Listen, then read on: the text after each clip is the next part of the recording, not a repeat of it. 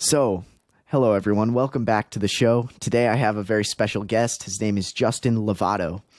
I found him through Instagram, through a friend named Jarrett, and I'm very curious about his story. He has a following of people who follow him for meditation and mindset and other things, and I just wanted to pick his brain about a few different things.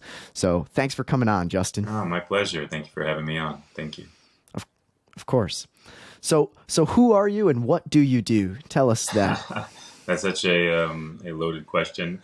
Well, who am I? I'm a person who personally seeks the exploration of consciousness, and then through that, I found a deep desire to help others to do the same. And just like anybody else, I think along this life we become more conscious and more self-aware of how we can lead by example. And, I think I organically have evolved into this person who likes to essentially hold safe space for individuals. I was doing it without realizing it unconsciously as a personal trainer for many years when I was bodybuilding and stuff like that. And then I was holding safe space for clients then. And then I found myself, as I explored breath work and meditation, holding safe space in those ways through the power of the breath, and then also the ability to essentially simplify enlightenment in a way for people through conscious conversations, behavioral coaching. So that's kind of like who I am, I guess, in a nutshell. I mean, if you want to ask actually who I am the universe experiencing itself through this vessel that you call Justin. So that's also who I am. But I'm also the sentient being experiencing this and enjoying it and learning and evolving and becoming more love. It's a great answer. I love that. And so before we dive into that, what started you down this path of breath work, meditation, expansion of consciousness, etc.? I don't think it was any one singular thing. I would say I think intuitiveness and like my path and where it led me was a big part of self-discovery. I was always into training and athleticism, and I used things like visualization at a very young age. I think that was a big thing that I didn't know I was using in such a powerful way at a very young age. And also even cold therapy. As an athlete, I was using cold therapy for different things like muscle recovery and muscle repair. So I was doing a lot of these techniques that I use now for meditation for my athleticism and for sports at a young age. So I was kind of dabbling with them at a early age. And then I found myself, as I mentioned, really loving the holding of the space for individuals during PT work. And I found a real calling to that. I wasn't really drawn to training other bodybuilders or competitors in that sense. Nothing driven by the ego. I was more so really enjoying the people that were kind of afraid to come to the gym and were nervous, and they really wanted to make change for the love of self, but their mind got in the way. And so I found myself training those types of individuals, holding safe space for those types of individuals as I continued on my own path. And then, psychedelics was a big role in my development. At age 29, 30, I started using psychedelic mushrooms. And that's when I really became aware of self, I would say, in many ways. I think I was on autopilot throughout most of my life, like almost like a child. I would say even almost to the age of 29, 30. And when I did mushrooms, I was able to essentially step outside of self, zoom out, so to speak. And it still was very much unconscious at that point and very much unaware of what was happening. But I had a stronger intuitiveness on how to lead and or be in my everyday life. So I found myself naturally like using less plastic or eating less animals or picking up garbage. I found myself just drawn to being more mindful and not really knowing why. But that was just from the early mushroom use. And I really didn't explore it because that's my personality as well. I don't really look into many things. I kind of just experience them and then go through it and continue on. The next big moment for me was DMT and experimenting with DMT around like 32 years old, a couple of years later.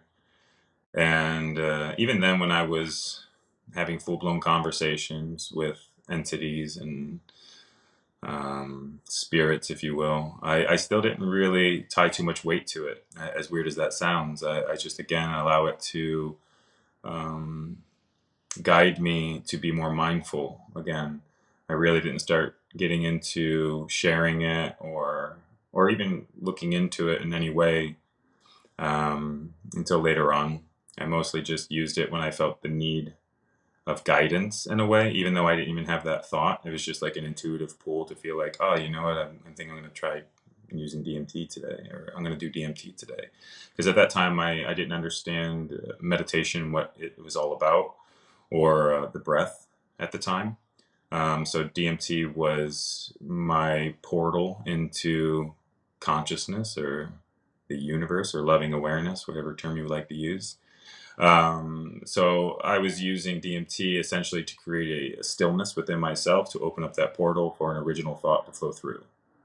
Again, this was all done unconsciously, but this is what I was doing unconsciously throughout many of my years. So I would get a download from the DMT, from the stillness. And then from that download, I would have a perspective shift on how to be more love, how to be better, how to lead. And then I discovered breath work randomly, actually. I just found myself doing breath work one day. Don't know why. That's usually how all this stuff kind of worked out. And then I started doing breath work. And and then I realized that I could ascend to the same space, the quantumness that I was getting through DMT, through the breath. And I found that incredibly fascinating. And I had a wonderful set of synchronicities that kept happening. Like within 2 days of the breath, I always had, at the time, very trouble with focus, reading, and comprehension due to my lack of focus. So I was able to, for whatever reason, I found myself in our library at the time that I never used. Because I lacked the focus to read. Like 2 days after breath work, I found myself in there randomly, pulling a book off a shelf randomly, and it was a Joe Dispenza Becoming Supernatural book, randomly. And so I started reading directly after my breath work meditation, and I was able to take in the information, hold on to it, completely understand it without having to read it 10 times in a row. And so it was this wonderful, I guess you can call it an awakening or understanding of who I actually was. It connected all the dots from the previous years to becoming enlightened, which is the fundamental understanding that you are not the person, you are not the human thinking mind, that I am a part of this universe, and this universe is experiencing itself through everything, through everyone, all at once, all the time, through different levels of awareness. And so that was a powerful shift, and also completely free. I became psychologically free of the mind at that point. And then what happened next was me wanting to share this with everybody, obviously, this new finding, because I noticed a lot of people suffered from the mind, and I broke free of it. And at first, I tried to use my words to explain it in many ways, and I realized that wasn't ever really received very well. So I learned early on that the best way to help people have a glimpse into who they are was through stillness. And so I understood that the best way I can really lead by example was, one, doing this work myself, meditating on a daily basis, leading by loving example, but then also creating safe space essentially for people to become still, to become present, to become conscious, so that they can have their own downloads for themselves, just like I was able to throughout my own personal journey. And so that's what I do now, is I create safe space for people to become present. And they learn everything on their own, in a way, through their own experience, in their own right, in their own timing, in their own journey. Yeah, and it's really cool. Wow, that really is cool. It's crazy how a few substances or just even some specific breath work can really just open up your mind to a new perspective, a shift in the way you think. And I I really find that interesting. What breath work specifically was the breath work that really kind of helped you be present and maybe even led you to that Joe Dispenza book? Like, what kind of breath work do you typically do? Mine's fairly simple. I would say it's more so of a shamanic type of breath work. I didn't know What like kind of breath work? shamanic, Shamanic. shamanic. Sorry, Okay. shamanic type of breath work, and just even slow, intentional breaths. Even breaths in, even breaths out. I was a big fan of using shamanic music as well, conscious music, if you will, while I was always doing my breath work. So that's what I would do. I'd pick a good playlist and I would be taking some pretty powerful breaths in and out. And at a certain point, I would exhale and hold for a duration of time. And then at a certain point, I would inhale and hold for a duration of time. And then I would repeat. And then I found myself being able to hold my breath very long as I continued on each round. And and then at some point I became nothing, nobody, nowhere, essentially ascending into what Joe Dispenza calls the quantum. So um, I started really kind of showing this to my clients that I was PTing at the time, or they also saw a substantial change in me. They saw me shift in just in who I was and the way I even looked or walked or felt, and it felt good for them to be around me. So they were really curious of what has changed. And I told them I was getting into this breath work in the morning, and I was like explaining what was happening too, because like some supernatural stuff happens. You do again, like with entities or spirits would come down and say what's up, just like the DMT and just like the mushrooms. So I was having these moments again that I haven't had in a while since like the DMT stuff, because I wasn't doing DMT all the way up to this point. You get to a point where you get enough lessons and you just put it to work now, and you integrate it. And so the breath work kind of like revamped all of that in a really powerful way, in a very, very powerful way, because it actually set the tone for true enlightenment. Because before I really didn't have that concept. I always thought I was just the avatar, and the avatar was only connected to this earth and this planet. And so I felt very grateful that I had this opportunity as a sentient being to live in this singular life, which is what I thought I lived. How lucky. And so that allowed me to be very grateful as I went through this life, understanding that you only get one life at the time. I was only connected with Earth, which I thought was very special because I didn't think there was anything else like it. Come to find out, though, you are this universe and everything within it, which is quite beautiful as well. Even more vast, even more spectacular. But I found myself creating a program essentially because my clients were asking me to put them through my breath work that I was doing. And at the time, I didn't have a program, obviously. I was just kind of like running my own flow or my own intuitive breath work. So I put something together, and it's the one that I still use to this day. I've done a little bit of research on other forms of breath work. It is a similar variation to Wim Hof, I found out, with the holds, except I increased my holds where he doesn't. And as of recently, I also switched from mouth breathing to nose to mouth breathing. I don't do mouth breathing anymore, which was a big shift as well. And and so I've been building these type of programs. I've recently gotten to a new variation, which is a spinal flex breath work, which is done seated, which I really do like. A lot of movements within the spine. I actually do this before the shamanic breath work that I do. And it's a great way to start my day. Man, interesting. And I guess I have a question in regards to, you say you feel as if you understand the idea of enlightenment more these days. Explain to people what that might mean, being enlightened.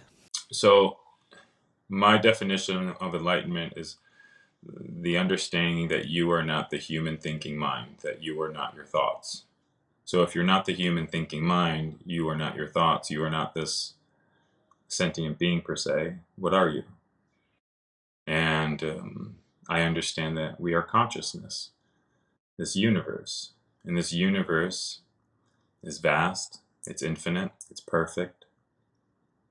And it is experiencing itself, as I mentioned, through everything, through everyone, all at once, all the time, through different levels of awareness, through you, through me, a tree, a rock, the space that you cannot see, the blackness within outer space, the planets, the sun, the stars, everything is the universe. Everything is loving awareness, and it's experiencing itself through everything.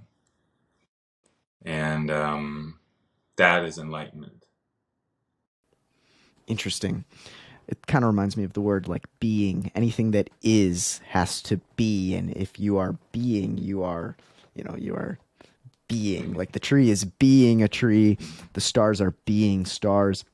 We are being humans, which we don't even fully understand what we are. Why does our brain work? Why can we extrapolate? Why can we hypothesize? And you're saying that our brains / humans are the universe itself, looking inward as if it's like a mirror. Is that kind of what you're saying? Well, it's understanding, I think, that when you identify as the being, you create separateness, and separateness creates suffering. So if you believe you are the person and you are separate from the universe, that's when we suffer. If you believe you are your thoughts, and as you mentioned, like this being, we don't even know, or he doesn't even know who he is because of his conditioning and the way he was raised and the manipulation. So this being has no idea how to be, and he never is being. So if you identify with this conditioned human that has no idea how to be, you will suffer. So it's about first not identifying with the being, that yes, you are not the being, but yes, you are the being, right? Because you're everything. But it's first, not identifying as the being, because the being is completely conditioned through fear and lack.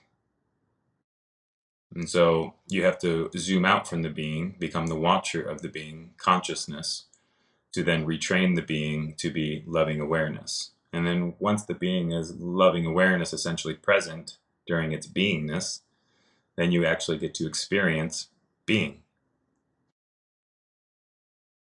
Interesting. And you're saying that without that, loving awareness, objective outside view of your own being, you're going to suffer more and more, and you might even let the universe and others suffer more. Because Yeah. is that kind of what your claim is? Yeah, I think it's good to point out that most people aren't present, and most people are living in their thought movie.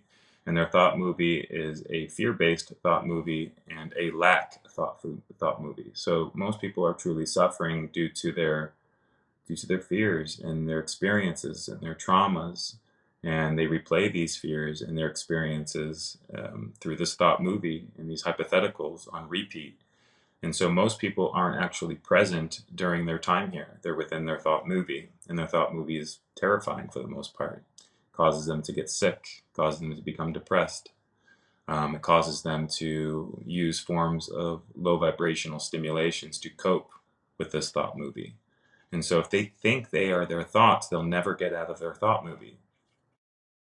You have to step outside of your thoughts, understand you're not essentially your thought movie, that you are consciousness, right? Perfect, worthy, divine.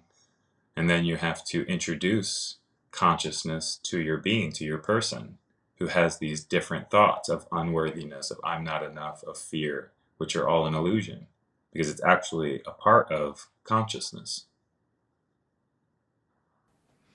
Yeah, I think I'm following for the most part. So would you say there's this idea, I guess, I kind of grew up Christian. I'm not sure how I think of Christianity yet, but there's this idea that, you're never enough as a human. You're always going to have sin, or you're always going to make mistakes. You're never perfect. So are you trying to say that, you as a being aren't perfect, but the consciousness that you're blessed with is perfect in some sense? Is that what you're trying to say? Or Well, we can what are you walk it trying to back say? so dogmatic religions. The reason why I don't agree with them is because they come from a place of judgment, and the universe does not judge. Even if you want to call the universe God, God does not judge. So that's why dogmatic religions don't feel good. It's because they're based out of judgment, which is also unconscious. Consciousness doesn't judge. Consciousness understands things are the way they are. There is no such thing as good or bad. Those are human constructs. Hmm. So, Interesting. Keep going. yeah, so it's just really about realizing that there are just deep conditionings that make you identify with things on purpose, like what you do for work, how much money you make, the body you have. And it all comes down to worthiness. Am I enough? And I think that's where most people really struggle. A lot of times, and it happens at such an early age with quote unquote good parents or bad parents. Parents in general, though, raise their children to be socially acceptable. And so this is done through a reward or punishment system. And unfortunately, this reward or punishment system isn't built out of love. It's built out of fear of what society thinks about their parenting skills. And so from the beginning, a child is being judged at the very, very beginning, and it doesn't know how to process this at all. In fact, when it gets judged or punished, it feels unworthy. It doesn't feel like it's enough. And parents, they do this all the time without realizing it. And a good example is that they don't even know how to hold space for when a child actually is, say, losing its shit, right? Like throwing a temper tantrum. Most parents are so worried about what society thinks about them and their parenting skills freaking out in the middle of a Target. They shush their kid out of fear of what other people may think, so they don't even hold space for their child at that point. So the child also then feels unworthy and not heard. And this all starts at a really young age. This happens on the airplane all the time when a child's crying on an airplane and the parent's shushing the child.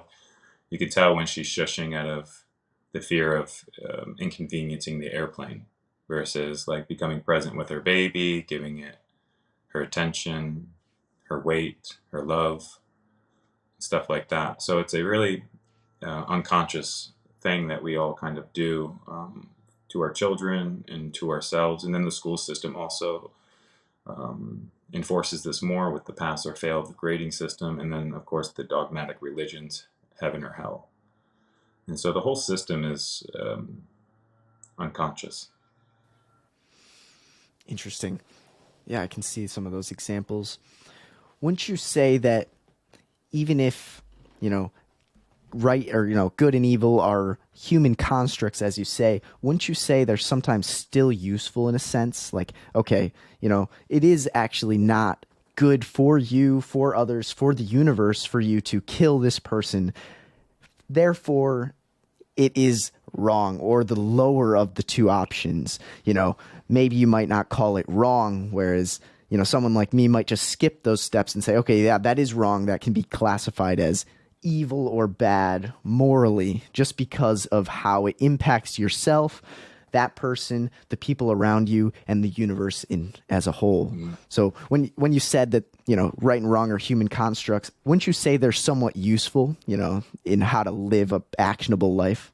I think once you are enlightened, no, because then you get understand that we are all one and everything is deeply connected. So as soon as you label something, essentially judge something as evil, you are therefore unconsciously as well. Conscious would understand that person who's doing something that's not aligned as evil is therefore also unconscious then, because they don't realize that's also the universe, right? Because they aren't the person. So what you do actually is you see through the unconscious behavior and you see the love. And because we are all one and we are connected, then the person will be able to see that they are love and then make or become more conscious. We become a mirror. So if you're doing something, right, let's say that's inappropriate, and I choose to label it and view you as bad or evil or no good, that's what you see then within yourself, because that's what I'm projecting onto you. I am that mirror now. And you also feel that because we are one. I am you and you are me. We are connected. But if I can see your behavior and understand and have empathy that you probably just didn't have the love or the support from when you were a child, and you just probably had some unconscious parents that didn't know how to show you love. And from that, this is the result. And I can have empathy, compassion, acceptance, and forgiveness for you, aka love, as opposed to judging you. I can hold space for you. Then it gives you the opportunity to see love within yourself, because I'm a mirror. I am you. You are me. So I don't think judgment is ever the actual protocol. And I know that's hard because, you know, people can cause suffering, but they're also unconscious. So to judge an unconscious individual, I see it as also unconscious. Yeah, that was a good answer. Yeah, I guess specifically, I wouldn't consider the human that did that action evil. I would just consider the action itself maybe an evil or a wrong action. The human or the being that was doing that action, like you said, they might be, it's a defense mechanism. Maybe there's trauma that's been built up, all unconscious, Yeah, it's hypothetically. unconscious. You know, like, I don't like to consider anyone in the camp of good or evil. I try to say we all have the capacity with our actions to pursue what is good, evil, or in the middle. And, you know, it's up to us to hopefully tap into that, what is good or evil. Yeah. You know, I wouldn't consider anyone good or evil, but yeah, I liked how you said, you know, separating the action from the person, because the person is filled with trauma, with experience that may force them to do that. And if you don't give them that space to maybe talk about their trauma or explain why they did it, they're never going to learn. You're never going to learn. The world will never learn why Yeah. that Well, happened. it's also interesting, like even like labeling actions as good or evil. Like, I mean, you can even just step outside of human construct when a lion kills you know, a wildebeest or something. It's not evil. Yeah, that's true. He's just hungry, you know. He's on, yeah, yeah, and nature's savage as fuck, right? And so, if say you have a human that is barely conscious on some levels, he might be savage as fuck, right? He might be more primitive, more reactive, especially if he wasn't loved, especially if he has to be very reactive or very protective because of his experiences or her experiences. So again, it really just comes down to seeing it as unconscious. If you can see the human as operating from the sentient being, the avatar, the monkey mind, and not consciousness, you won't take it so personally. And then you don't get reactive, and then we don't judge, right? Because you don't judge the lion. It's funny. We don't. It's just happens. And so the closer it is to us, the harder it is to not take it personally. You know, like I've gotten really good about not taking really anything personally when anybody does anything. But you know, Ram Dass always says it's like if you think you're conscious, spend the weekend with your family. And then it's a lot harder because your family is a lot more personal to you, right? So you get good at not reacting to the guy who cuts you off and gives you the finger on the road. But are you good at not reacting to your brother or sister talking some shit at a family dinner? Does it get under your skin? Do you get reactive? Do you stay conscious or drop to unconsciousness? Right? Do you get provoked? Does your heart close? Because that's really what Jesus was all about. So that's what made Jesus so gangster, right? Jesus understood enlightenment, that he was love, right? He was loving awareness. So anything that happened, whether it was someone betraying him or getting hung on a cross, he chose love. He didn't get reactive. He didn't take it personally. And that's really what this whole thing is about, is becoming aware, which is your purpose, enlightenment, and then learning how to lead by loving example, which is your second purpose.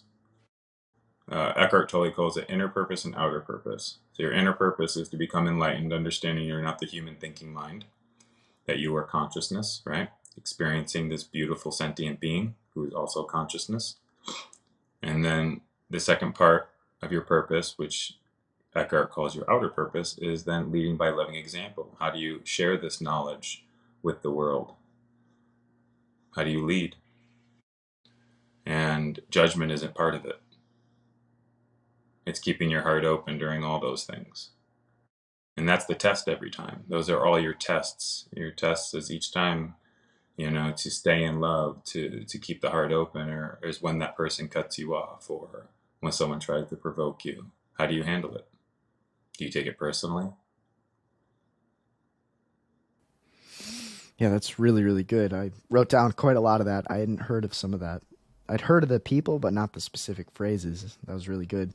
And I guess one question I would have, you know, along the lines of all of these people, it seems like I think humility is also a huge part of it. Like, I am aware that, I don't know very much, but at the same time, if one is considering that they are enlightened, I feel like there could be a risk that, oh, I'm enlightened. I am aware of a lot of things. I know enough. I don't need to listen to this person because they aren't enlightened.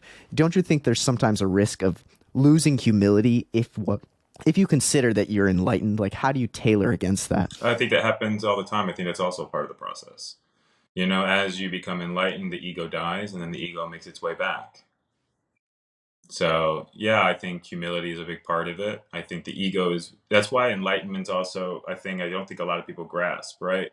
That's why it's one of my biggest things that I consistently talk about, which I'm surprised not more people do, is enlightenment, the fundamental understanding that you're not the human thinking mind. Because if you identify with the human thinking mind, you will also identify with the ego, right? And so the ego is really good at making its way back in and attaching itself to things and identifying with things so it can stay irrelevant, alive.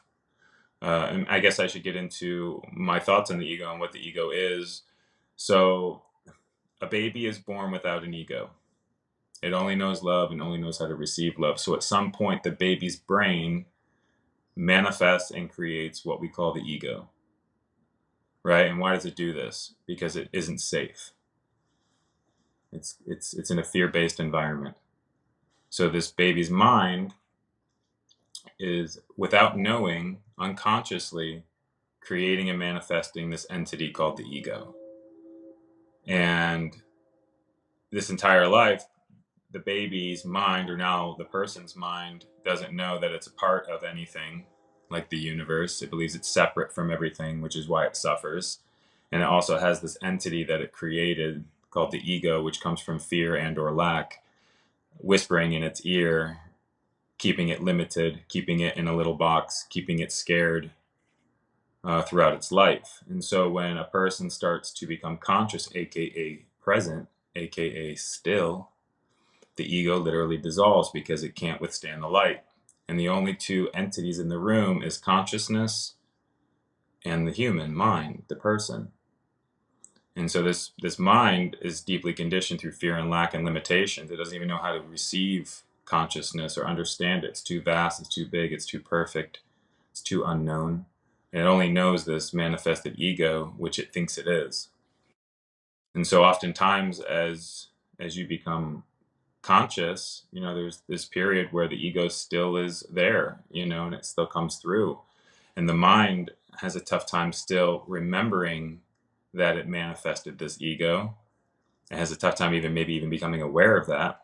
And so when the ego chirps back in, it still identifies with it, which is interesting. And so if you still identify with the mind, you will also identify with the manifested ego that pretends to be the mind.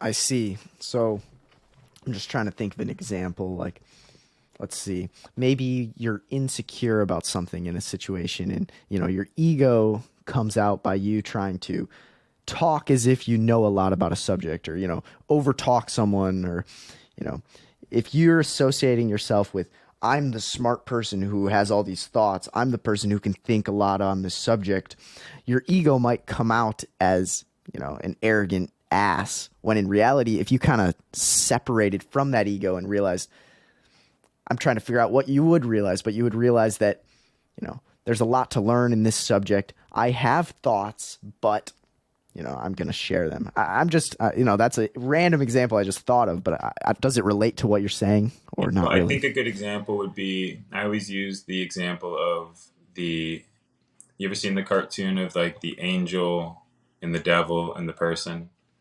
Mm-hmm. So the angel is consciousness, the person is the sentient being, the avatar, and the devil is the ego. And so oftentimes there's these two voices coming through.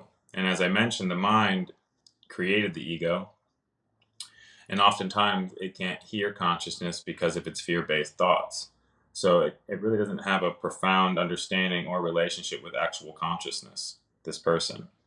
And so it has a really profound relationship. So this thing is so good at whispering, like for instance, like say you want to start eating healthy because you love yourself.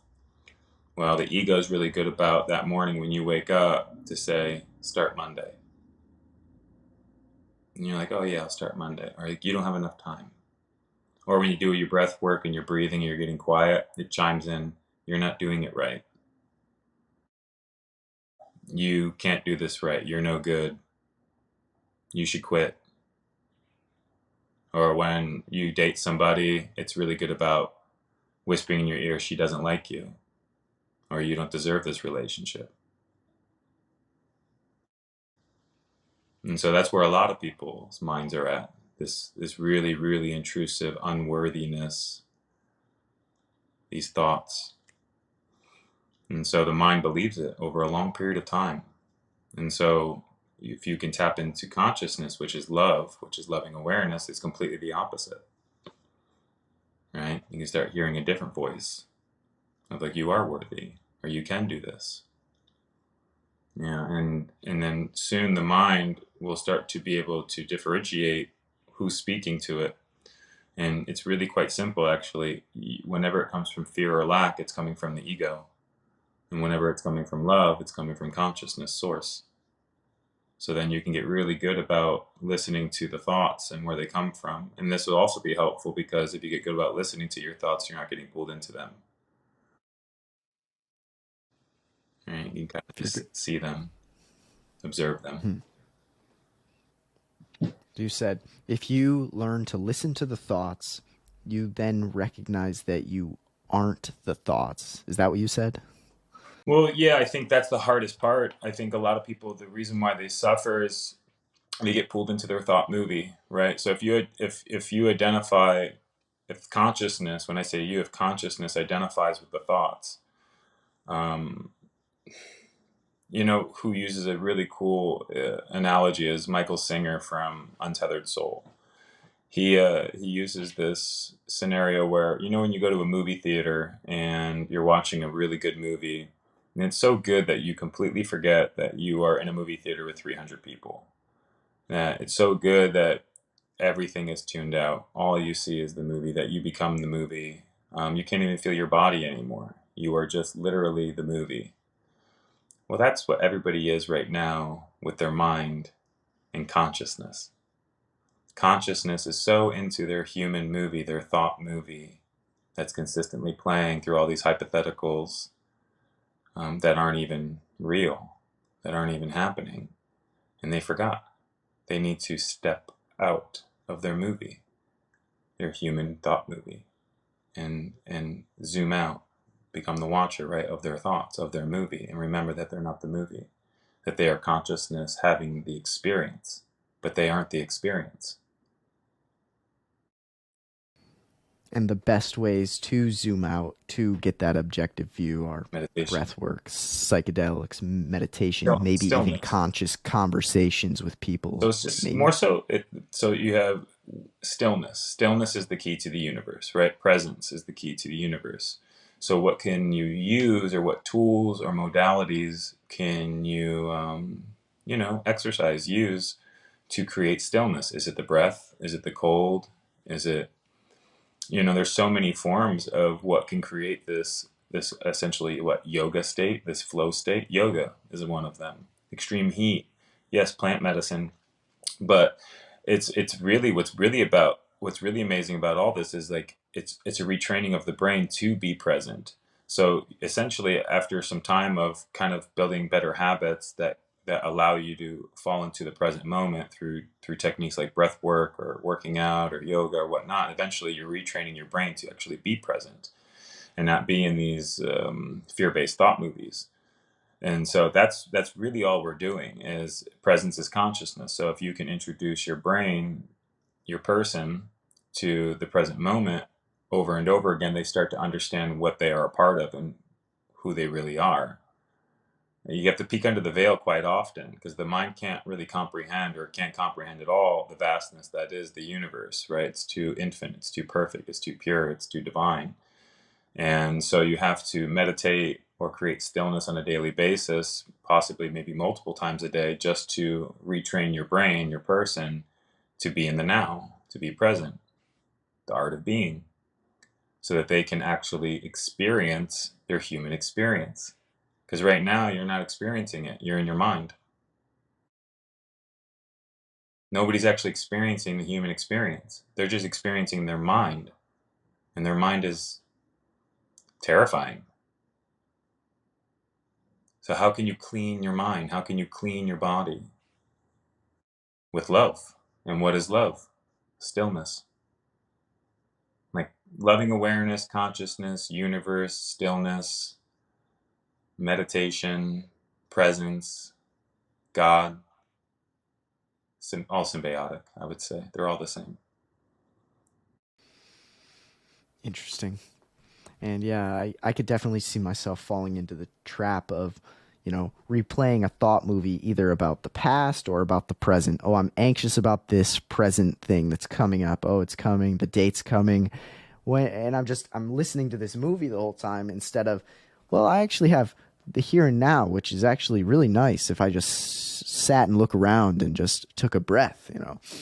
I'm really not that experienced in meditation at all. Like, my mind's kind of been opened over the past few months talking to all kinds of people on this podcast and just seeing how people are truly having profound experiences and are tapping into their present moment and are truly finding joy and peace and love in doing so. And I'm like, why in the world isn't this prescribed at a hospital? Oh, I'm feeling anxious. No money. Oh, here's a pill. Oh money. no. How about a breath? But you don't make money off of that, really. There's no money So, in yeah. it. Yeah, there's no money in teaching people the breath. So I think that's also a powerful awareness shift. I think, and a lot of people don't want to look at this, but I think there is people and businesses that are consistently vying for your attention, and the way they keep your attention is through fear. If they can create a lot of fear within you, they can make you very anxious, whoever they may be, businesses, corporations, people. That's a real system. That's a real system that exists. I believe it exists. And that system is neither good or bad. It's what they choose to do. But they do create fear and anxiety within humans.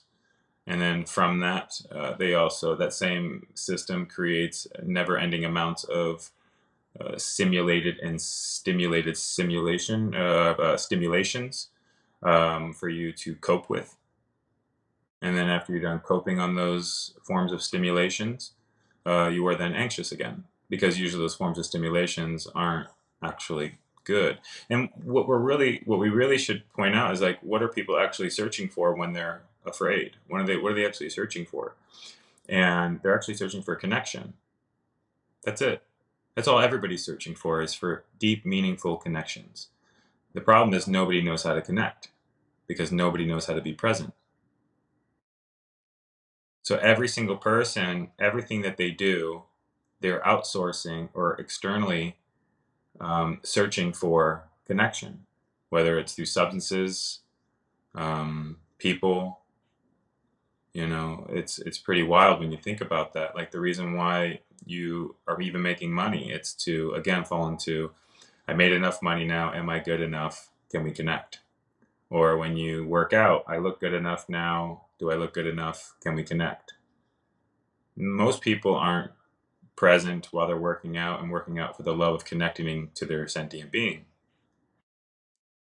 Right? Most people aren't eating food to connect to their sentient being. They're mostly eating food to get the high from the food. Most people, yeah, if you really ask a person, how often are you getting high through the day, or how often are you connecting, is a pretty wild question. Like, most people are on autopilot, unconscious, and operating from the mind that is fear-based driven, which is diving into all these forms of false connection stimulation to cope with this fear of not being enough or unworthiness. Yeah, some of the stimulation might be, oh, I don't feel connected to anyone. Let me just scroll on social media, trying They to don't even kind have of that search for thought. They that don't even have connection. that thought. They don't even have the thought of, oh, I feel not connected, because that would at least be a thought. It's literally they just grab the phone and they're mindlessly scrolling, or they just go to the fridge and they're mindlessly opening up the fridge, right? Or they just mindlessly drink 6 cups of coffee a day, or they mindlessly watch 12 episodes of Netflix in a row, or they mindlessly are in relationships,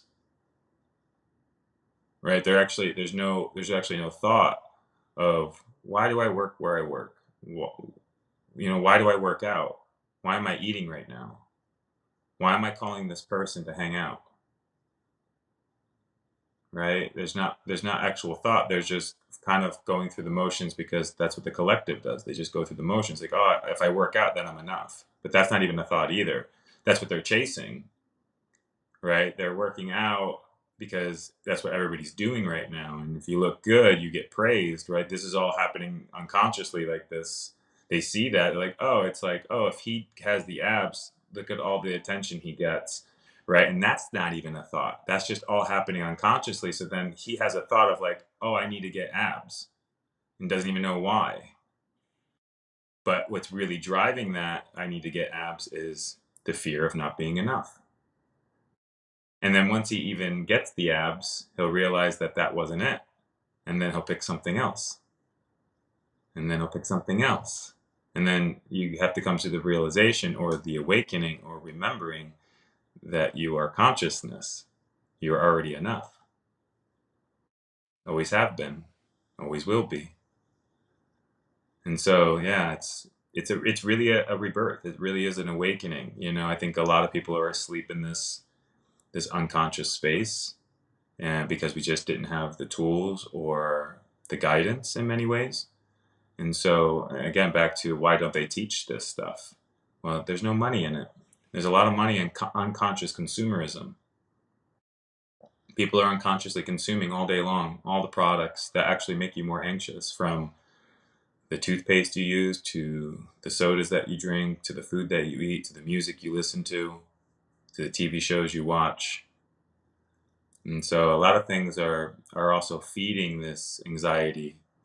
And to step outside of that's terrifying, because once you no longer identify with the mind, you also no longer, like I mentioned, identify with the ego, and that truly feels like a death, because the ego actually dies, and that's a hard one for a lot of people. And it's also hard for them to let go of a lot of these things that they indulge in unconsciously, because it's what gives them comfort. Do you think it's just the nature of being human, that you're going to have fear-based thoughts, or do you think it's because of the environment / society we grew up in, or is it a bit of both? Well, I think so. It's good to define, like, fear. There's different types of fear, right? Like, primordial fear is fine. Like primal fear, like, when you're in a dangerous situation and you need to react, and it's a wonderful tool then. I don't know if fear is probably the best word then, but the type of fear that most people are suffering from is their thought movie, that things that aren't even happening yet. They're living in the what if, or they're living in the past. So that this type of fear is incredibly unhealthy and causes the body to get sick, because the brain doesn't know the difference between the past or the future. So if you replay something over and over again, the mind doesn't know, and it believes it's actually happening, and it dumps all these hormones, these good fear hormones back in the day, like when a lion was chasing you, for you to run and hide and escape. But then that went away within 2 minutes, right after you were safe, and then you didn't think about it again, because you weren't self-aware as a primal person. So now the mind works completely different, and in fact, like, there's nothing ever actually scary chasing you. It's always the fear of, am I going to be able to pay my bills, or am I worthy, or all these other things. So, like, and these are full of people, full in everybody's head, all these thoughts, all these fears. And this is what's consistently playing. So the feeling of this fight or flight that wasn't supposed to, like, be happening often, these hormones that are being dumped, that's happening all the time, all day long. And the body suffers tremendously from this. It becomes very, very sick. and it's not sustainable. And I feel like that's how like cancer rises and gut health issues, right? Because you have those fears within you all day long, and they really, really like, hurt the body over time. Yeah, that is really interesting. I guess segueing still on the topic of, fear, or, some people might work out because they're afraid that they may not be worthy or they may not be attractive enough to a mate. But there are good reasons why one might work Of out. course.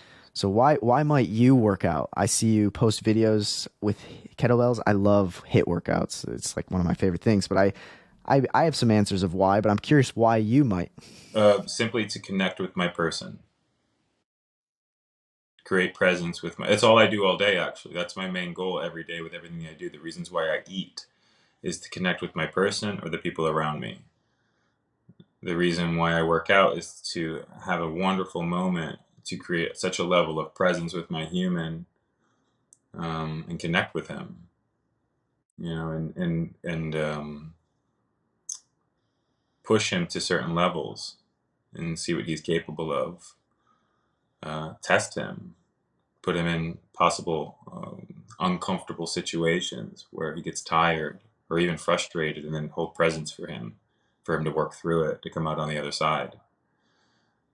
Trying hard things, doing hard things. This beautiful sentient being is an incredible creature that we don't utilize in many ways. And like I said, like the reasons why we work out aren't for connecting with this person whatsoever. I think a lot of times, like we mentioned, people are working out so they can be socially accepted, or do I look good enough now? And so imagine lifting your entire life from a place of fear and or lack. It's an unusual spot to actually lift from, through fear while you're training, or anything. Imagine like why you became a doctor. What if you went through all those years of school? The reason why you're studying, the reason why you're trying to ace this test was, am I enough now? Imagine that's why you run.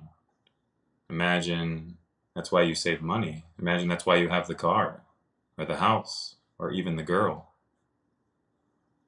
Building an entire life on these fragile, fragile legs of fear and lack. And what everybody is really finding out when they have the car, the girl, the body, the money, they really do understand that it's still not it. They're still searching after that.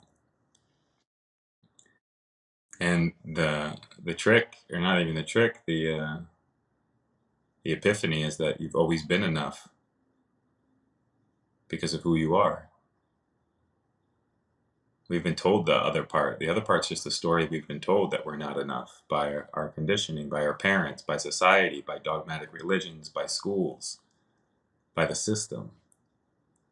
But that's just a story, and your mind chose to believe it, and during that process, created and manifested this ego to protect it, and is asleep in the system. Yeah, I could see how sometimes, like, this is kind of what I do sometimes. It's like, all right, Harley, you, you know, you're doing well, but there's a few instances in which you could improve. You can improve in this way, that way, and this way. You aren't necessarily enough right now. You could be so much more. It's not a fear-based thing. It's actually super optimistic for me. It's like, okay, wow, you have so much potential that you aren't necessarily implementing at the moment. Utilize it by, pursuing what you should, and you will be a better version of yourself. And because you aren't enough now is not a pessimistic thing. It's actually incredibly optimistic. And I don't know if a lot of people have that idea, but that's how I kind of motivate myself, by saying you aren't necessarily enough, and that's okay, but you can be more. Like, what is your Yeah, opinion on that? I think really what we come down to is like, are you approaching it with love? That's it. If you're approaching it with love, then it works. So it's all how you want to manipulate your human, right? To get out there and do more, be more, become more aware. And I think having grace for our human, our person, as they remember who they are, as they go through their experiences when they fall down and stuff like that, or when they're quite not there yet. And this road is infinite, by the way. Like, you don't figure out in one lifetime, it's multiple lifetimes, and it's infinite, it seems. So, yeah, I think grace is beautiful. And I think that's kind of maybe what you're more so leaning towards, is having grace for your person, as they become more love, become more light, become more, I don't like to use the term worthy because they already are, and they already are love, and they already are light. It's more like remembering.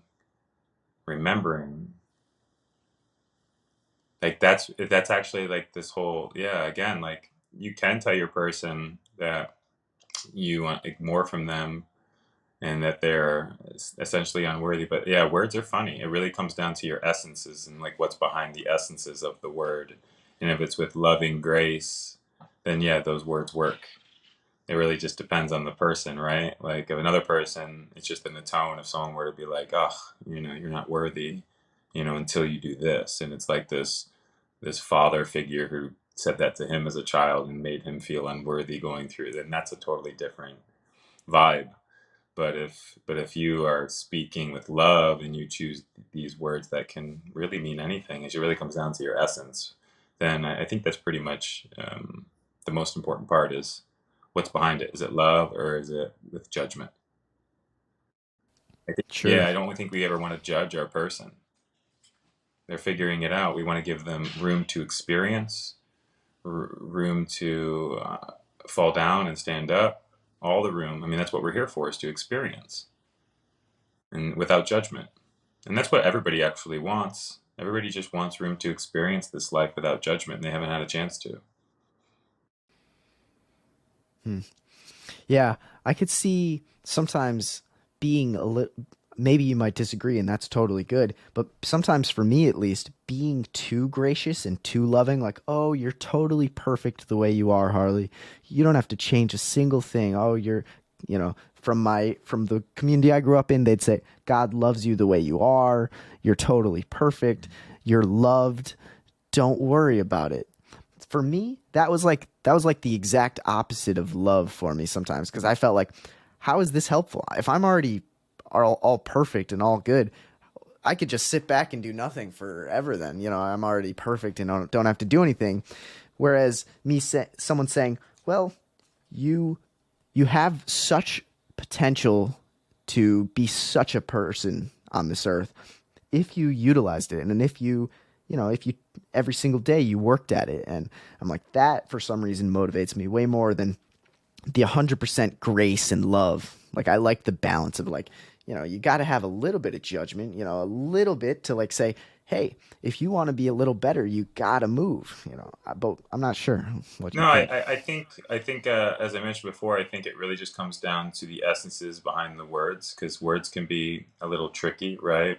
I think I fully understand what you're saying. I think in a lot of ways we are probably saying the same thing, just using different vocabulary, different words.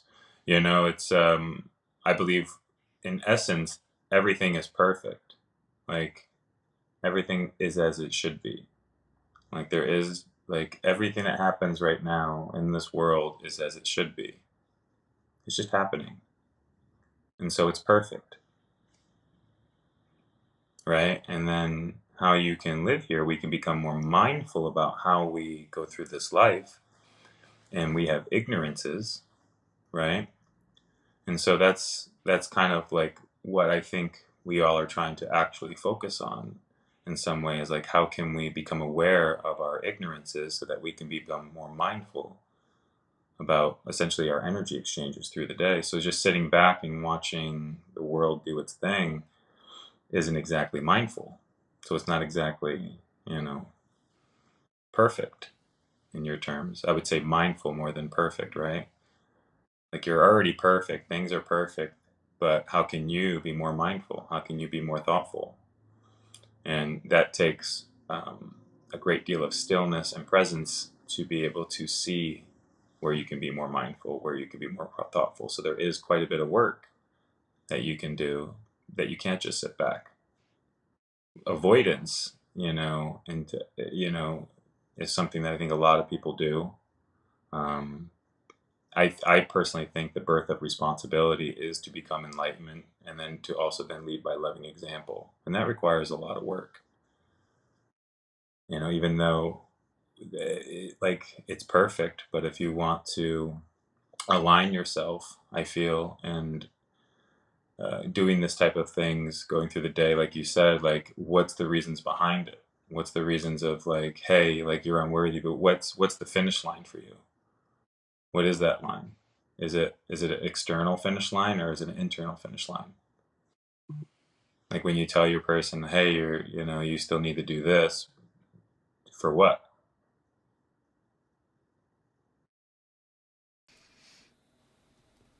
So you said external versus internal. Is that going back to the Eckhart Tolle? Is that what you mean when Um, you said? it might have been something he might have mentioned in his book, but most people, when they seek, worthiness, or the reasons why they're doing things, it's all through external things, as opposed to going inward and truly understanding it, that they are already worthy, that they're already enough. And then what you're really doing is like, yes, your person. So if we're getting into like, again, like separating the two, so consciousness is already perfect, and this experience that you're having is indeed also perfect, but there is suffering going on within your person. So how can we guide your person to be more mindful so that they align with their true self, that is consciousness? And so that's kind of like what everybody's figuring out. And oftentimes, if you identify as the person doesn't know how to go inward to understand that they're already worthy. And then when they do that, they become connected to everything that is around them, which will allow them to be more mindful of how they operate in this everyday life. But if you don't get still and or quiet and truly understand what connection is, that and understand that you are part of everything, and the best way that you can show up and essentially for everything and for self is by becoming mindful of your energy transactions through the day, how you participate in this experience is really going to dictate on how you feel, and as opposed to like searching it externally. Yeah, that was really, really well said. And I guess this is kind of a famous question, I guess. So when you are attempting to be mindful and see yourself and I guess make choices on this earth, are you the one who's making the choices, or are you the author of your life, or is free? This is the question of free will. Are you making the decision to be mindful, or I don't fully know. Where are these thoughts coming from? I guess that's two questions. Like, what are your thoughts on those? Yeah, I mean, this is like a fun little rabbit hole. I think that there's souls, right? And every soul has free will to operate as they wish, but there's only one truth, and that's we are one, and we are part of the divine um, loving awareness entity, right? And this entity, as I mentioned, experiences itself through everything, through everyone, through like you can call them souls, right? Entities, spirits, and and I think like in the free will that each soul has is very important, because then how could something already perfect truly experience something, right? There has to be some form of duality, polarity, the dark and the light, right? For there to be experiences, and for us to gain perspective and to understand.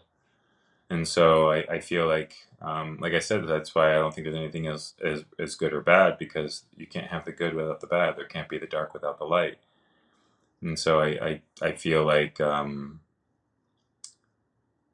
everybody has a choice, and that is service to self or service to others. And neither one is good and neither one is bad, but one is definitely aligned. And that's the service to self. Service to others Okay. is, I feel, they aligned with the divine. And what you'll realize is that when you service others, it inherently is service to self, because we are one. Yeah. Yeah. I've heard like the best gift to give is to give Yeah. to others. Yeah. Yeah. And that's just through my own personal experience. It's like when I made my my outer purpose to be of service, to help others understand who they are, which is love. My life improved tremendously. And when I became aware of how I was operating in this world, down to the music I listen to the companies I support, and I just put out a post the other day, that's a big one for me, is my energy exchanges throughout the day. So, like, supporting certain companies is a big one. When you pay attention that everything is energy, right? And we are all one, we are all deeply connected. When you have these businesses that only care about making money and or profit, and they cause massive suffering onto people, animals, and or the planet to make that profit, and you purchase that with your money, with your currency, with your energy, and then you take that energy that was made with no love, and you consume that product that was made with no loving intentions. In fact, there was massive suffering that went into making that product, or that food, right, or that show even. And so when you start aligning yourself with energies and becoming mindful of how you participate in this world, and how you possibly could be causing a great deal of suffering with our ignorances, I feel is the biggest lesson of all, for me at least at this time. That's been everything.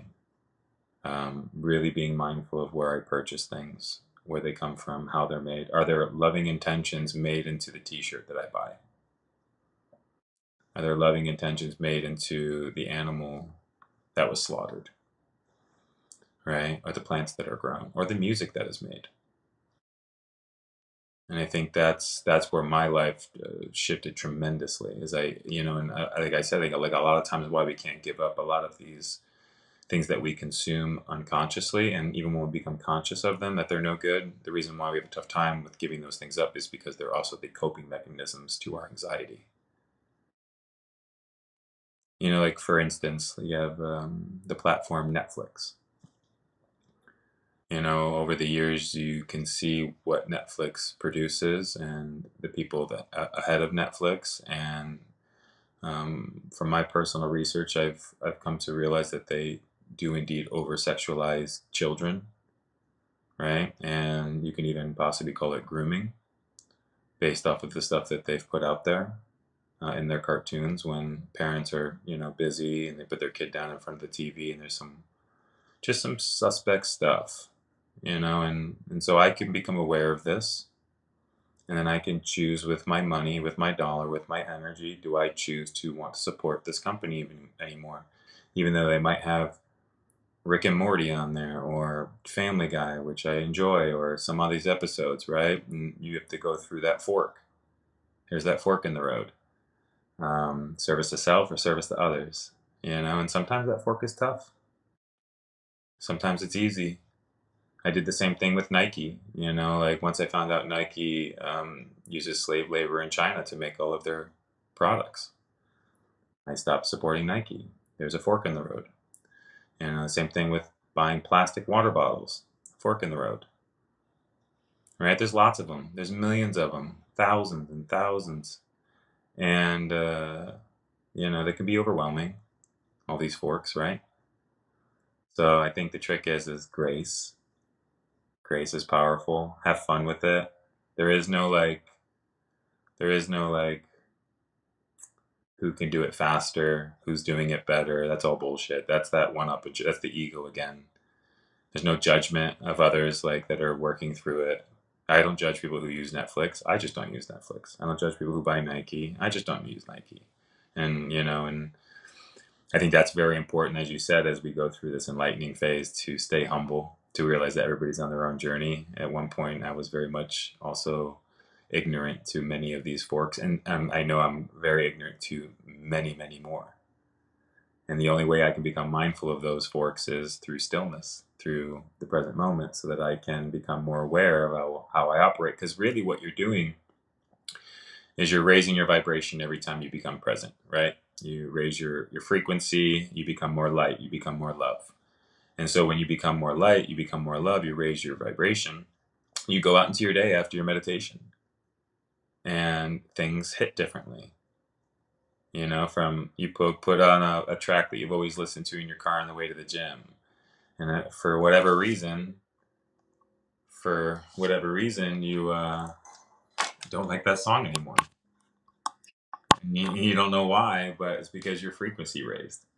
And like this song that maybe in the 90s, when every song was about like fuck this, fuck that, all that kind of stuff, um, all of a sudden you're like, yeah, you know what? That song doesn't really resonate with me anymore. I'm like, I'm going to let that go. And like a part of you sees it differently. And it's just simple little things like that often. Or like, food. And you start meditating and becoming more present, and you start paying attention energetically what the food feels like when you eat it or when you ingest it. And so, like, all of a sudden, you'll eat something that you've always eaten, which is like maybe some muffin from 7-Eleven every morning. And you eat that muffin after you get into meditation, you'll be like, ah, that just doesn't sit right. And this is all done unconsciously, which is really cool. But then eventually you start becoming more conscious. You start having these side conversations. Do I really want the muffin? You start asking that question. You never asked it before. You just bought the muffin. You just listened to the music. You just participated without ever going, do I want this? Does it align with me and my values and who I am? And that's the fun part, I feel. Like, I don't think a lot of people have fun with that part, but I actually love that part. I love becoming aware of my ignorances. I love when I get triggered because I see that my ego is trying to come through, and I can catch it now and see it and not react and meet it with love and completely dissolve it. So like I really have a fun time becoming self-aware, where I think a lot of times in the beginning it can be kind of hard for people because they still identify as the person though. I think that's really what allowed me to have a lot of fun with my experience here and becoming aware of my ignorances without feeling any sort of way about it. You know what I mean? Or if someone points it out, but like, hey, Justin, like, just so you know, this, or this. And I love that feedback. Where other people, if it's still tied to their trauma or their triggers, that might be a little bit harder. I think that's a big conversation too. So if you identify with the person, you also identify with all your traumas. So how do you get rid of your trauma? By not identifying with the person. And then introducing the person to love. And then it relieves all the trauma because you no longer. The reason why we hold trauma is because we're upset at the person who did the trauma. That's why it's there. But what if you forgive, accept, and have empathy? Then it leaves. Love. But the only way you can forgive that person is to therefore also see that they were unconscious. And then you don't take it personally. You see how it works, the enlightenment? Once you become enlightened, yeah, it's like it all like trickles down in such a beautiful way. Like, I grew up abused as a kid by my stepdad, and my mom was really heavily abused as a child, and it closed her off in many ways to connect to her children just because of her abuse, right? And my stepdad was also incredibly abused as a kid as well, severely physically abused. And so, they didn't have the tools to connect. They didn't have the tools to regulate their anger or their frustration. And then they take this unconscious behavior and they pass it down to your children.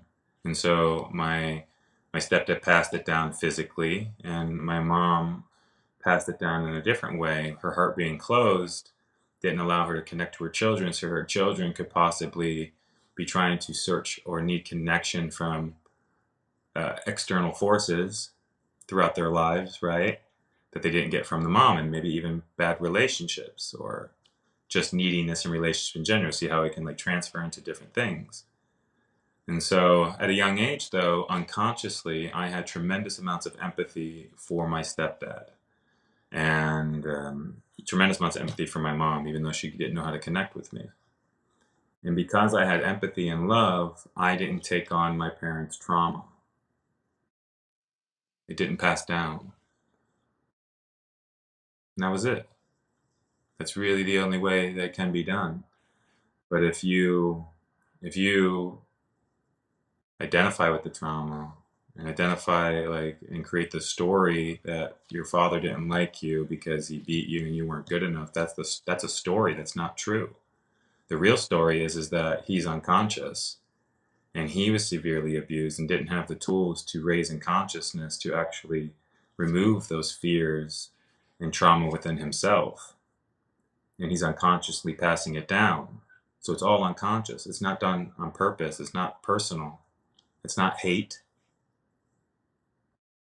It's none of those things. And if I take that and I create a story and I tie fear and hate to it, I'm going to take that trauma with me. And then I can pass it down or give it to whoever I want. People in my relationships, you see it all the time. People like put it on their person, put it on their children. And so enlightenment is the key. It really is the key to psychological freedom and no longer suffering within the mind. Because the mind needs to understand what it's truly a part of, but first it has to, you first have to like separate consciousness from it. It's like consciousness is like almost like, it's weird, it sounds so powerful, but at the same time it can like get easily pulled in and like hypnotized, right? Like consciousness is always looking through these eyes, right? What's behind the eyes is consciousness, right? What's behind the person is consciousness, but I can get pulled into my device and consciousness can sit there and scroll and scroll and scroll. And then I can like, I don't even want to scroll on this, right? It just pulled me in. So consciousness can definitely get pulled into the thought movie and get taken for the ride. And, you know, that's really suffering. So it's like you're playing both roles. You're the person and you're the parent and the child.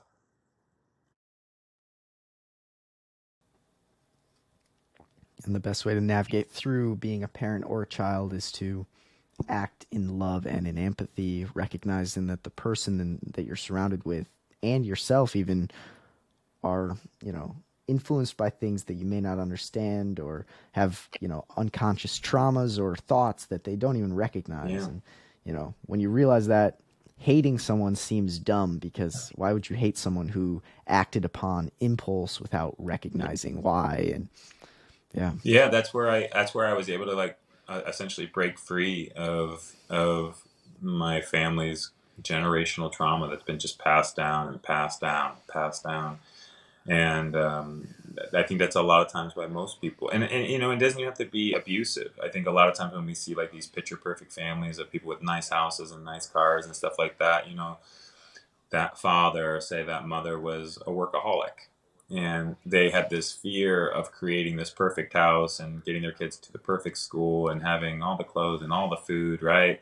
But it came from fear because maybe they grew up and they didn't have the house, they didn't have the food, so everything that they're doing, this drive to um, to take care of their children also comes from fear, and they're actually not present with their kid because they're living in the fear as opposed to the present moment. So it's really fascinating that really most people don't live in the present moment. Someone asked me one day, and I was really excited about my answer because I'm naturally just such a present person.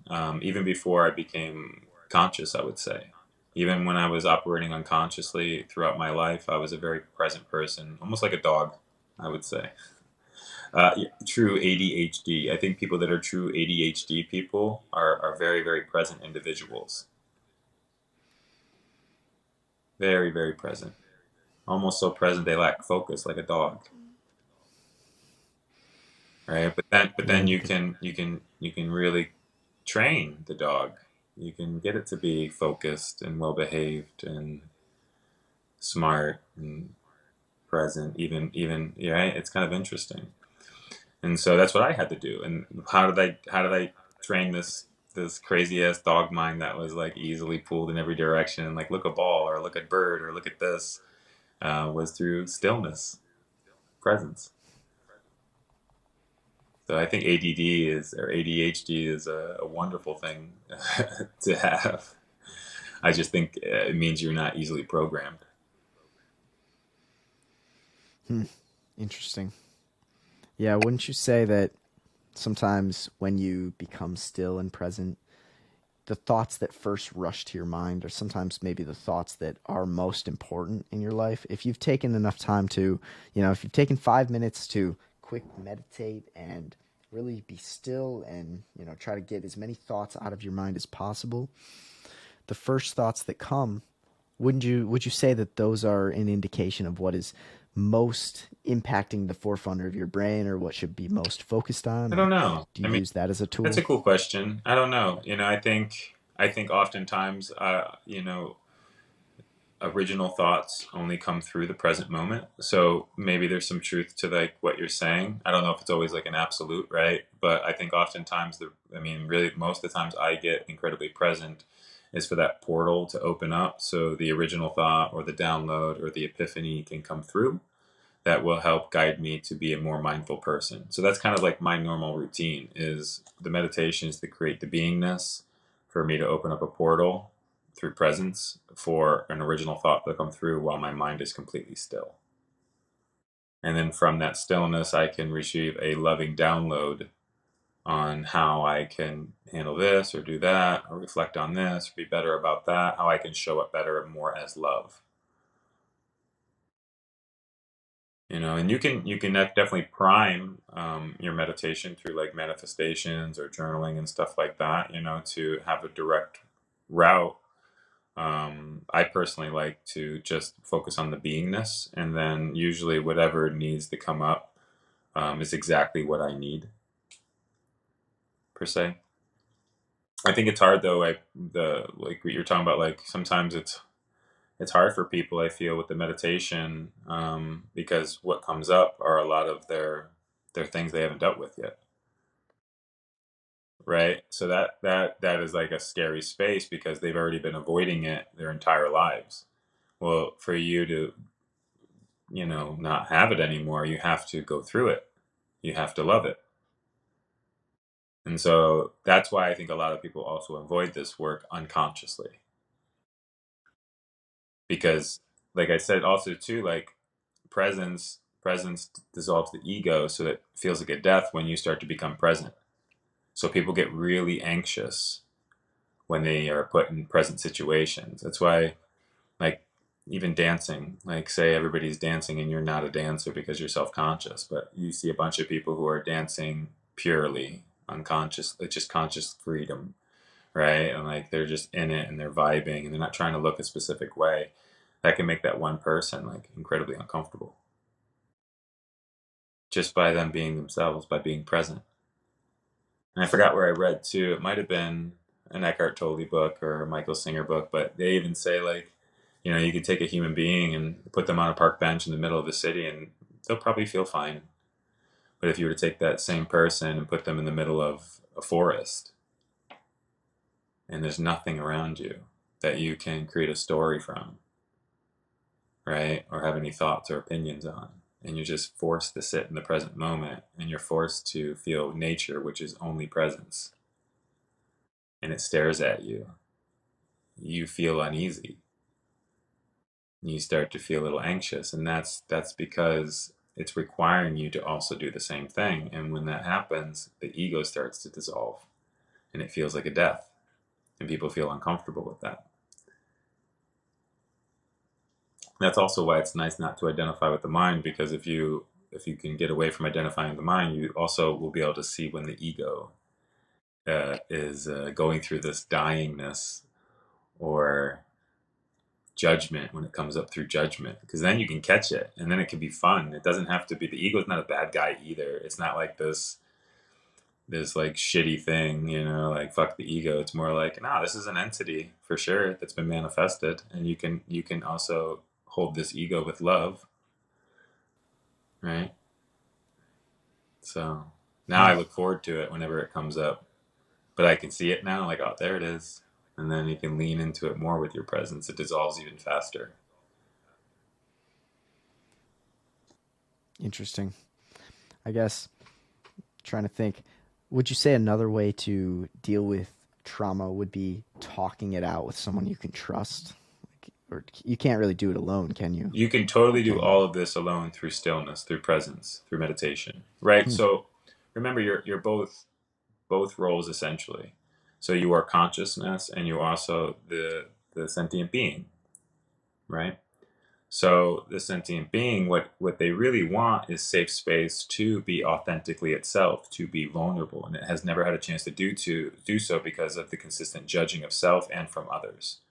And so that's why everybody wears so many masks, and that's why people avoid breath work, or say a sound bath, or plant medicine. Even like everybody like does plant medicine, like this is amazing, but what stops the person from doing the plant medicine ceremony? What really stops it? Isn't that funny? It's like this deep, deep fear of being, of seeing it. Um,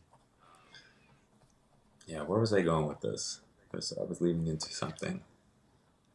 Talking with Oh, someone, you can do it thank you, alone. thank you. Yeah, so essentially what you realize is that every time that I was just telling my client the other day, she was going through it, and her person was just going through all these fears and anger and frustration, right? Her sentient being, her person was just going through it, and I can hear her going through it, and I can hear her mind pulling her into trying to understand this consistent gaslight that she was getting from her family, right? And I was like, see, like, don't get pulled in. Don't get pulled in trying to understand this. Don't get pulled in. And then she was judging herself. And I'm like, hey, listen, do you see how you're operating right now? You're allowing your person to get pulled in, judge herself, go through all these thoughts, go all these things, and putting her through it. I'm like, be conscious right now. Hold space for her. Step outside of her right now. What does she need more than anything? Does she need a hot shower? Does she need a warm bed? Does she need to do her breath work? Does she need to go for a walk?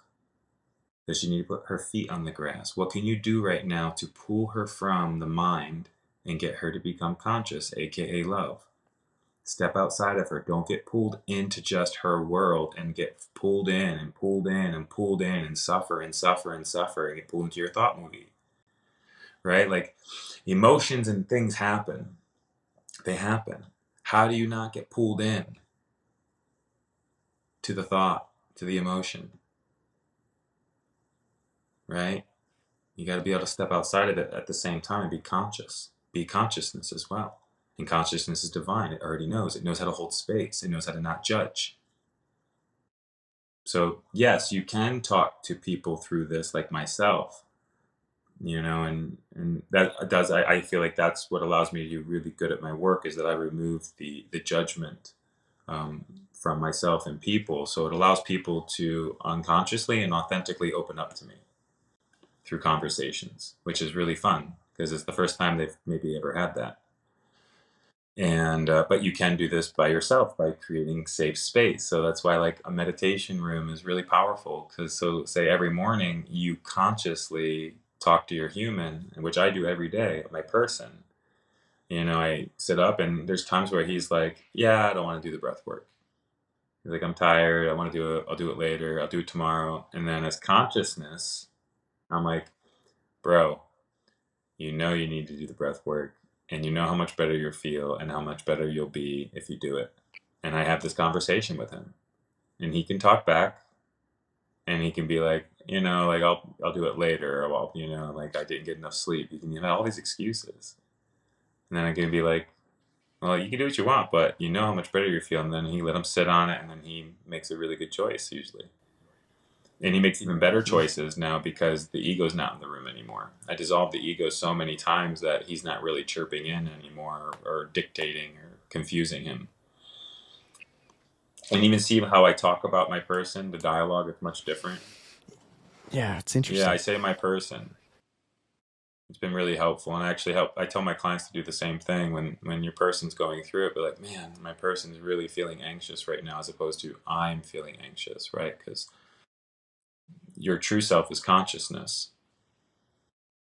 So consciousness can never be anxious. Your person, your sentient being, can be anxious. And if he's anxious, how can you show up for him right now? How can you guide him right now? Is it going for a walk?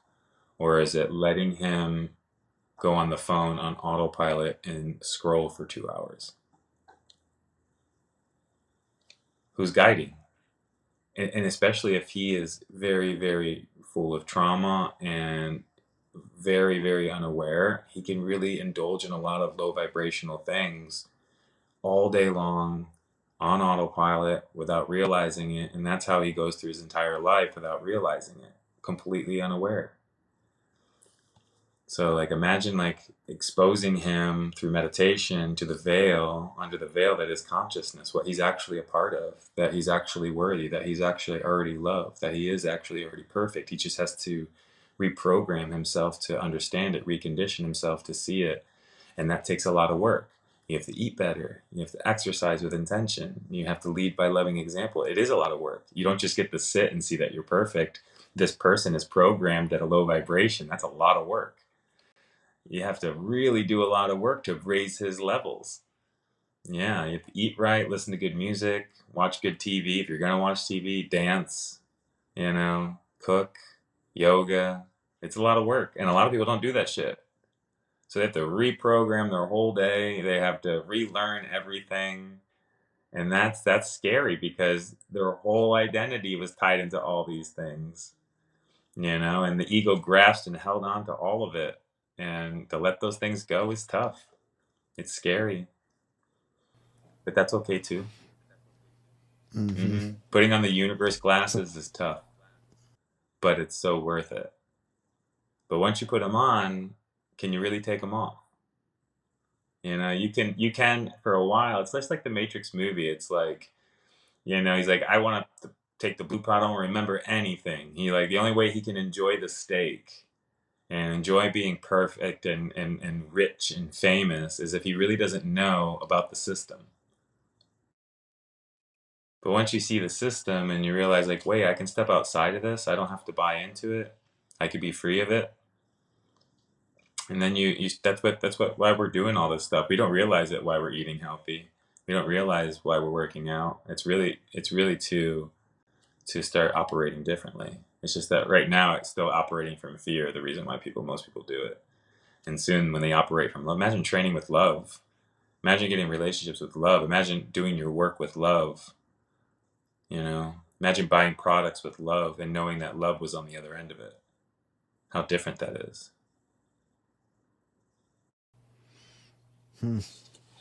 man, interesting. I guess a final question for those people like you mentioned who may not have that much of a routine, they're not present very often, they feel anxious, they feel fear, etc. What would you say is a good starting block for them? Like what's a good first step, that they could do right now, right after this Breath episode? work. Yeah, out of all the modalities or tools or exercises, I believe breath work is the best thing to do for people because it's also a more difficult one to get your person to sit down and do, I would say. It's because our person is also so conditioned for instant gratification through these quick stimulations that, like, telling your human to go for a walk is not fast enough. Telling your human to sit down and do breath work for 20 to 30 minutes is too fucking slow. They're suffering right then, right? The human's suffering right then. So that's why you get this pushback on presence, because presence takes a moment to connect to presence. And so that's why being aware of this is also very powerful. Being aware that you aren't the person who doesn't want to do that. It's like the child who's been given an iPad his whole life when it cries, and all of a sudden you don't give it an iPad. Whew. And you're like trying to get it to do breath work. That's going to be a mission. It's used to the iPad. And most kids were raised with iPads. That's what's wild. Especially the last generation. Phones and iPad is what they were given to because their parents were too stressed and too busy to actually be present with their kids. And so all these kids are used to these instant gratifications, these energy drinks, quick fix, quick. So like when you tell them to sit down and do breath work for 10 minutes, it's like the most impossible thing they could ever do. But breath work, I feel, is the best tool to get into this type of work to really enlighten you because it does a few different things. One, it is a wonderful way to get the brain to focus on something like the breath, right? So you're giving a focal point, something to pay attention to, which is a powerful way to create presence, right? And then the next thing is the breath itself. It's moving tremendous amounts of energy around, in and out of the body, alkalining the body, cleaning the cells through the breath. And so you can actually remove a lot of your anxiety, your even traumas. The body begins to shake, vibrate, powerful stuff with moving this energy in and around your body. You physically will feel lighter, you'll feel more at peace. The brain will become still, which is what most people suffer from, is an over analytical mind that doesn't stop. And that's also very important. The reason why people suffer is because of the mind, right? It's why everyone suffers, because the mind never stops. If the mind stopped, nobody would suffer. I mean, that's like, I think one thing that we should definitely make very clear: the reason why human beings suffer on this planet is because of their mind. That's it. Their fears that have not yet happened yet. Pretty wild, right? Seriously. Yeah, that's where they live. And so how can you quiet that down, is your question. How can you quiet down this mind that is playing this fucking movie over and over and over again of usually, am I enough? Am I worthy? That's most people. And so the breath is powerful. It quiets it down. And when you quiet it down, the magical thing of connection happens. Right? You all of a sudden tap into the universe. Everything around you, you are connected to. And when you get still, you tap into different frequencies, different vibrations. And you slowly become aware that you're a part of something so much bigger than you could ever imagine. And that's very curious for a lot of people.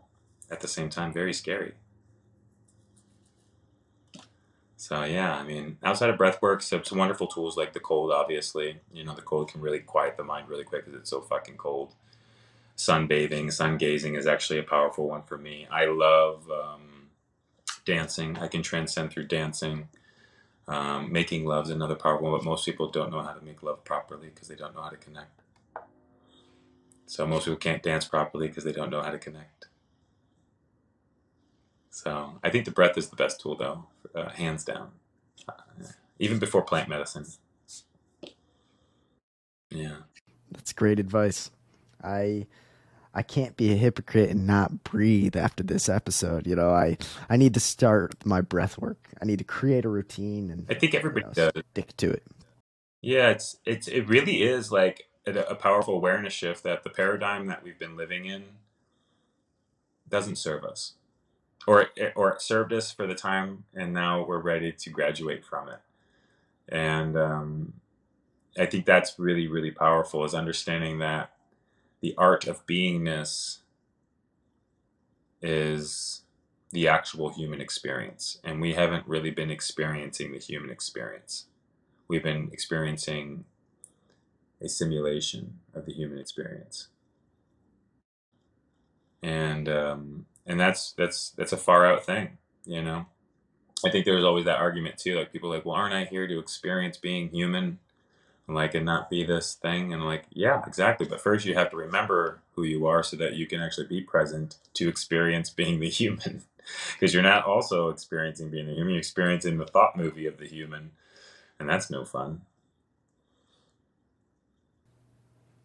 Yeah, it's so interesting. The way you speak and the way you think are ways that are just kind of outside of the typical things that I've heard, and it's been truly enlightening, to use that word, to just hear all that and to think about it and take all these notes. And just, I'm going to be chewing on these thoughts for a minute here as I, try to remove the thought movies and try to live more in the present, and just try to recognize that love is one of the best tools. Yeah, and stillness is love. That's what's so cool. It's like once we really comprehend what stillness is, right? Stillness is consciousness.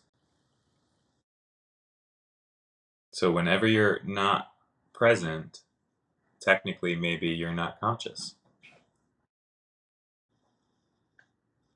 Maybe you're just a zombie who's following the thoughts. Yeah, you're just going through the motions, and we will do that for quite a long time. I even still do it. It's not like I'm like this fully conscious being in any way, but I'm much more aware of how I operate and why I operate through the day. I have intentions with most things that I do. I'm not being pulled along or being manipulated, and that's really really wonderful. I'm a free sovereign person, not only physically but mentally as well. And you really do handle everything with such stoicism at some point. Whether it's a divorce or a death or an injury, a breakup. Like you really start to be okay with things and see things for what they are, not be so attached. And you're just so grateful for anything, quote unquote, good or bad, that you get to experience it, that you have this time. And you really start appreciating everything, every moment. So it takes time to I think to get to this space, but it's where we're all headed. There's definitely a beautiful shift in consciousness, and people are doing this work more than ever.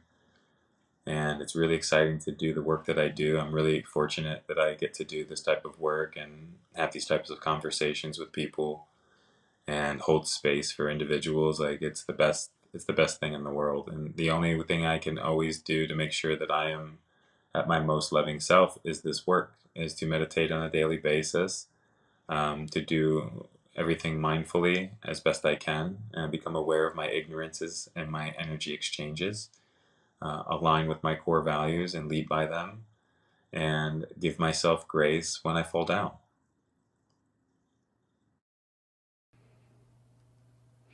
It's amazing that you found that, you found something that truly makes your heart, sing, or, you found something that you feel as if this is why I'm here on this earth. And I'm really happy that you found Thank you. that. Well, I think we all have the same purpose. We all have this. Every Okay. single one of us has the same purpose, and that's why. I mean, what's funny is like I really love. I think out of everybody, there's two types of people. There's two types of paths. I feel like we all end up choosing, and we don't really know what that path is. But to lump it in two paths, there's either you're a guru or you're a shaman. So either you're a person who can simplify and or articulate um, knowledge, right, and share it with others, consciousness, or you hold space for people to feel safe and vulnerable and authentic to learn it on their own, right? Interesting. But that's like that. So you have that'd be more so like your outer purpose. Your inner purpose is to become enlightened. Everybody has the same inner purpose, and that's really what everybody. Who am I? Who are you? Who am I? That's really what you want to know. Who am I? So everybody's inner purpose is the same. You are source. You are love. You are perfect. You are consciousness. And then once you become enlightened, you then lead by loving example. What's your vessel? How do you lead? Is it through your words? Is it through holding space? Is it through song, through writing? Right? So like holding space would be yoga, right? Holding space would be breath work. Holding space would be sound baths. And then guru would be writing, songs, lectures, teaching, right? And there's all these really great avenues. Even art would be under guru, I would say, like expressing through paint and telling a story through that. And so I think we can have a lot of fun if we first understand the first part of the purpose, which is enlightenment, and then you can really pour that knowledge, that loving knowledge, into how you can best lead. Is it through shamanism or guru or both? It's so interesting. Yeah, I see aspects of both within Same, myself. same. I do both. I do the conscious conversations and then the holding of the space for breath work. But yeah, you look at like Hmm. some really cool people in our day, and like Ram Dass was a guru, I would say. Hmm.